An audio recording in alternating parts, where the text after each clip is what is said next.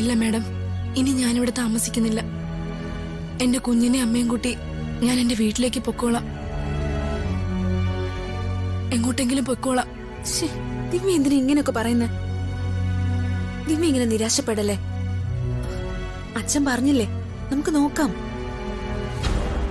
അംബിക അമ്മായിയുടെ ഡോക്ടർ കൊണ്ടുവന്ന റിപ്പോർട്ടാണോ അതോ രാജു കൊണ്ടുവന്ന റിപ്പോർട്ടാണോ സത്യമൊന്ന് അച്ഛൻ തെളിയിക്കും. വേണ്ട മാഡം, ഇനി ഒരു ഭാഗ്യ പരീക്ഷണത്തിനായി ഞാൻ നിൽക്കുന്നില്ല. ഞാൻ ഇനി ഇവിടെ തുടർന്ന അവരെന്നെ ഉപദ്രവിക്കും. എന്റെ കുഞ്ഞ് ദീപകന്റെ അല്ലെന്ന് വരുത്തി തീർക്കാൻ അവരെന്തും ചെയ്യും. അവരൊന്നിനും മടിക്കാത്ത ദുഷ്ടന്മാരാ. ഋതികമ്മയുടെ വർമ്മ സാറും ഒക്കെ നല്ല മനസ്സുള്ളവരാ. പക്ഷേ ഈ വീട്ടിലുള്ള ദീപക് സാറോ അംബിക മാഡോ അങ്ങനെയല്ല. അവരൊക്കെ മനസ്സിൽ കള്ളമുള്ള ആൾക്കാരാ.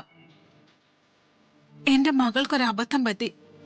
അതിലൊരു കുഞ്ഞൻ ജനിച്ചു. ഞങ്ങൾ ഈ കുഞ്ഞിനെ ഒരിക്കലും ഉപേക്ഷിക്കില്ല.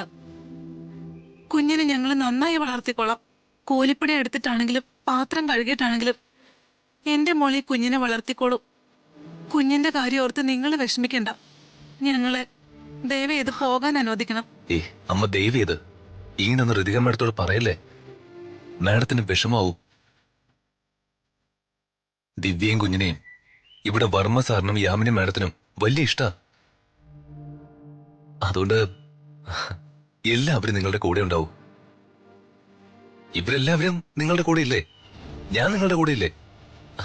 പിന്നെ എന്തിനാ നിങ്ങൾ ഇങ്ങനെ ഭയക്കുന്നത്? അത് മാത്രമല്ല, നാളെ എപ്പോഴെങ്കിലും ഈ കുഞ്ഞ് ദീപകിന്റെ ആണെന്ന് തിരിച്ചറിയുമ്പോ അന്ന് വർമ്മ സാറായിരിക്കും ഏറ്റവും കൂടുതൽ പഴി കേൾക്കുന്നത്. ഒരു മന്ത്രി എന്ന നിലയ്ക്ക് സ്വന്തം മരുമകൻ ചെയ്ത തെറ്റ് കണ്ടുപിടിക്കാനായില്ല എന്ന് പറഞ്ഞ് പൊതുസമൂഹം സാറിനെ വേട്ടയാടും. അതൊരിക്കലും ഉണ്ടാവരുത്. ദേ, വർമ്മ സാറിന് വേണ്ടി കുറച്ചു നാള് നിങ്ങളൊന്ന് സഹിക്കണം. ഇതെന്റെ ഒരു അപേക്ഷയായിട്ട് സ്വീകരിക്കണം.